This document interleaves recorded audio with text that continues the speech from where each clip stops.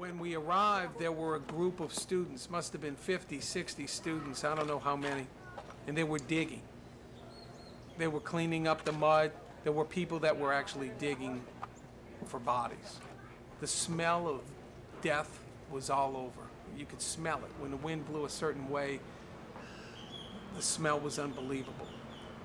Once you've smelled death, you'll never forget it. On the third day, we flew completely across the country thanks to the Honduran Air Force.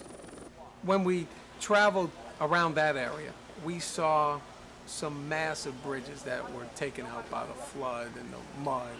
The mud created dams along the side of these bridges, and just debris kept building up, and finally so much debris had built up on the side of the bridge that it just totally knocked the pillars that hold up the bridge out, and at that moment the bridge would come down. The whole bridge is gone. The whole superstructure is about half a mile down the river. You saw it? Mother Nature's a powerful force to be able to take out a bridge like that. The trees, the tremendous amount of trees that all the river brought down from the mountain, it created an artificial dam, which when it was too high, the force of the water just exploded at once, and about 50% of the bridge went down. And that was probably the reason of most of the bridges which have collapsing in this country.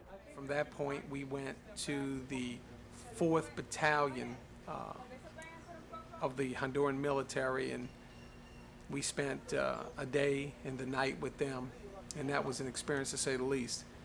5 Americans sleeping thanks to the 4th Battalion of the Honduran military. It was an unbelievable experience.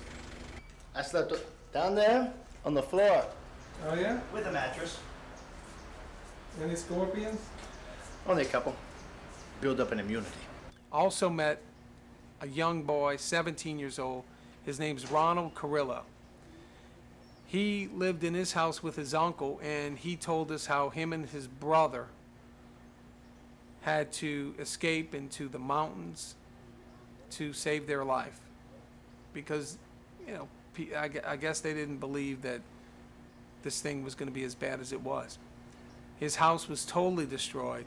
We saw him just standing in the street, almost in a daze, looking at his house. When I pulled up, we asked him if we could film him, his house, interview him. I know it was difficult for me to ask, but it's so important that we get people like him, get his story, so people around the world can understand what these people went through.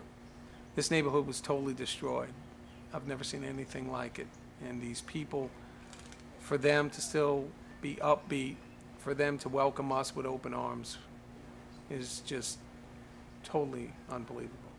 We've seen so much destruction and people losing their homes in the mud and the water, and I could feel that the crew was depressed and down. I found myself just not 100%. It was a very tough time for us personally. It was good that on that day we decided to travel to the town of Tela. Tela didn't receive that much of the water and the mud, so most of the city itself was fine.